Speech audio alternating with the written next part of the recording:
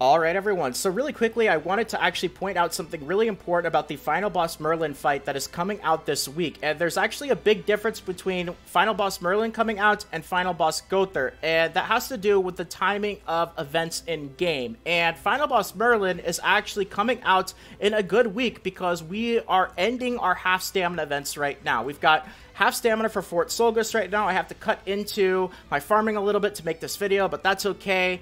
But this was not true with Final Boss Gother. Gother actually came out right when a half stamina week was starting.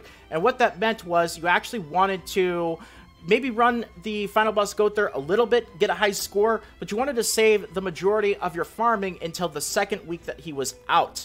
Now with Final Boss Merlin, it's the opposite. You actually want to do as much as possible during the week that she is released, and the second week you can kind of think of it as like an emergency week, right? Because that's going to be when we get the half stamina events back and when you want to farm as much as you can. Now, general priority order for the half stamina events is going to be books, which is the one that we have going on right now. That's going to be the one that you're going to get the most gold per hour. Then I would say boss battles.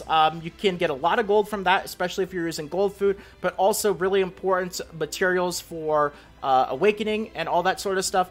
And in third place, I generally say is free quests. You could use that to farm food, or you could use it to farm equipment sets. But it all really depends, of course, what you actually need for your account. But all the sort of stuff that you can do outside of half stamina weeks that isn't really extremely time sensitive, you want to do so. And because we know that the final boss fights are 2 weeks long, you want to try to time it so that the majority of your farming goes into the off week and not into the half stamina week. Now, that doesn't just apply to the final boss encounters, it applies to all the other aspects of the game. And you might actually see here that I haven't even started the Chapter 10 stuff, which actually came out last week. And same reason is we have half stamina going on right now. I wanted to get as much farming in as possible. And with the end of the half stamina week, I'm gonna not only work on Final Boss Merlin, but this is kind of the time that I like to do all that other sort of stuff in game, like catch up on story quests, also catch up on reverse stages, still also haven't started on that, and training cave. You want to try to time your training cave if you can to run it the most during the off weeks rather than cutting into your time farming and half stamina. Now, you might not necessarily be able to do this perfectly, but you want to just make sure to open up the training cave as soon as your key is available, because every second that you delay is a second that it's going to take longer on your timer. So if you have to cut into your half stamina, that's fine. I would say try to time it to run it during the half stamina for free stages. That's the one that I generally feel like I don't want to or don't need to farm as much, but anything that really takes a lot of time, you want to save it for the off weeks. Now, another big one is like PvP. PvP matches can actually be quite time consuming. It's one of the things that I really liked about the Pierce meta that we have going on right now is that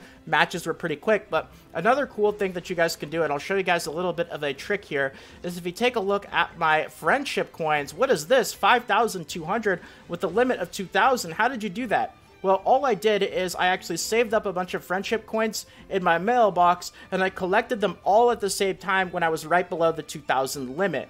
And the reason why I do this is for the PvP tickets, and I actually wait to claim them until the off weeks, because that's going to be the most time consuming. And going through, you know, something like, what is that going to be, 25, 30, 40 PvP matches, they're 200 friendship tokens each for your Fight Festival entry tickets. That's going to take a lot of time, and I obviously don't want to cut into something that we have going on right now, like half stamina for Fort Solgus and book farming. This isn't as important, though. If you buy these dungeon eyeballs, I also buy these too. That's totally fine. It just depends on what you need more. If you need, you know, PvP coins, if you're climbing, if you need anvils, or if you need pendants and that sort of stuff. I'd say either of these options for your friendship coins is a good choice. But I always try to time the time-consuming stuff outside of farming for when we do not have half stamina going on. So Final Boss Merlin, catching up on story, reverse stages, trading cave, PvP, all that sort of stuff. You guys can do this during the same week that Final Boss Merlin is released. But the next week, the second week that she's out, we're going back to half stamina, and that's when you want to try to get your farm on again. Now, free-to-play players, people who don't have access to a ton of stamina pots, I know you're going to burn through a lot of stamina pots going through these half stamina events, which is why I want to say once again, the priority order is Fort Solgus, because you're going to be able to get a ton of gold from doing this, from book farming.